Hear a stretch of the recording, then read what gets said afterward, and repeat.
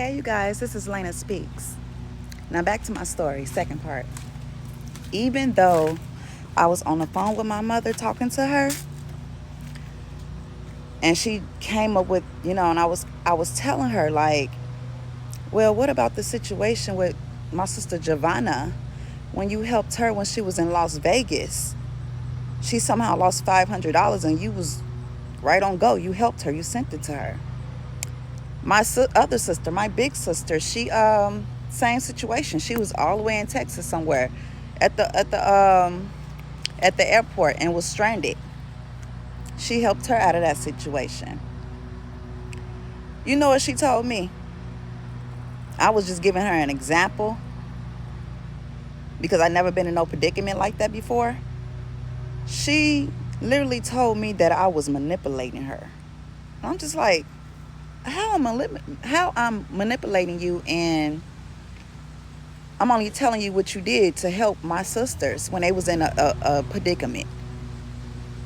Like, this shit is weird to me, and I will never ever go back. I don't care. After she told me that I was manipulating her, she told me, you remember the story I used to tell y'all when we was driving in the car, how if I see you one day sitting on the sidewalk, I'm going to be riding past you with a piece of chicken in my mouth. Talking to me like I was on some heavy drugs or something like that. Just downright, like I'm down in bed and, like I just be out there in the streets. Are you serious? I am very independent. And I used to ask everybody, like, dang, why mom don't never really help me like that? And you know what everybody used to say? Because, Kay, you're very independent. You have shown her that you can handle this and you can handle that. That's why she probably helped your other siblings and not you. But when I really need help, and I don't ask for help that much, but when I really need it, I really need it. And it's like, even when I worked at my other job, I would get paid sometimes, and I would go over to her house and I would start splurging, giving everybody in that house a piece of my money without asking for nothing back. That was me. I did that. And I'm okay. I'm a giver. I don't care. I'm just telling my story. And I have always taken up for myself. I don't care. Even as a little girl, when my grandma was still alive, rest your soul, grandma, I love you so much. My grandma used to always have to get in between us. Angie, let that girl say something. You know how parents are, how some people are, when you're trying to say something, but the adult want to talk over you so you won't say nothing, so you won't speak your truth. That was her. And that's the same day I called her a witch, when she thought I called her a bitch. I called her a witch.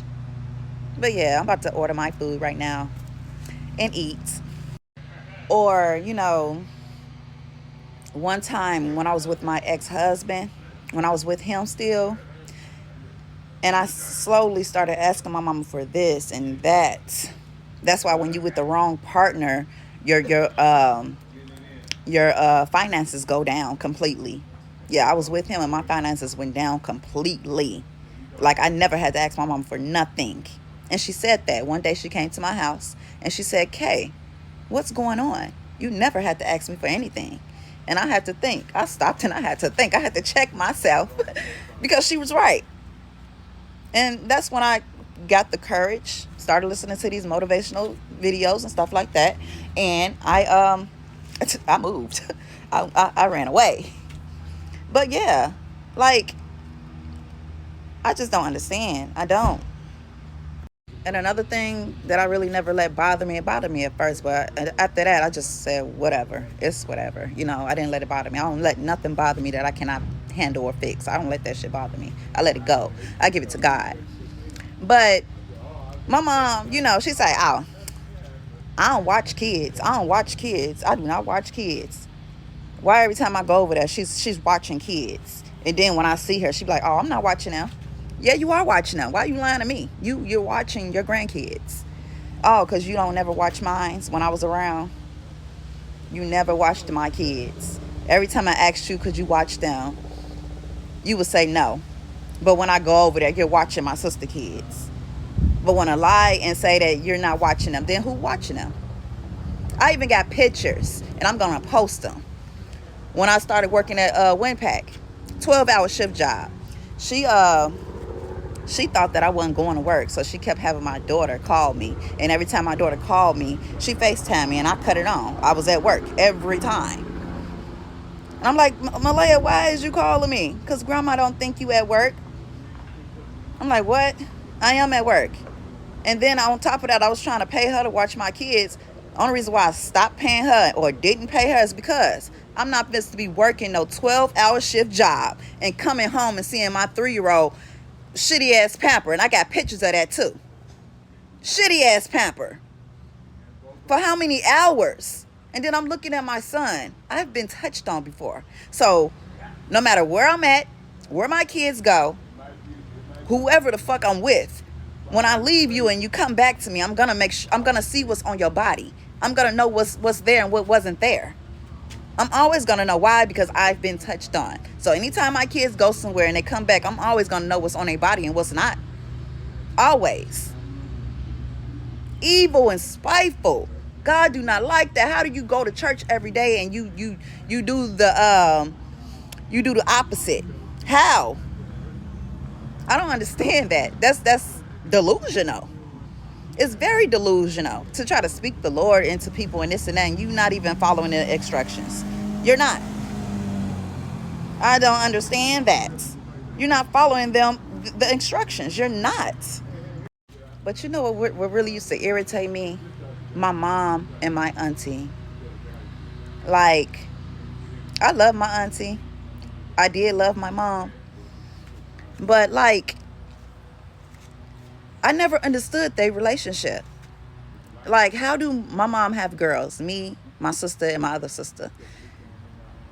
Every time we get into it, every time we're together, you like, oh yeah, I want y'all to stick together. I want y'all to, have a tight bond. But every time something break out or a disagreement, you're not there. You're just standing there, watching it.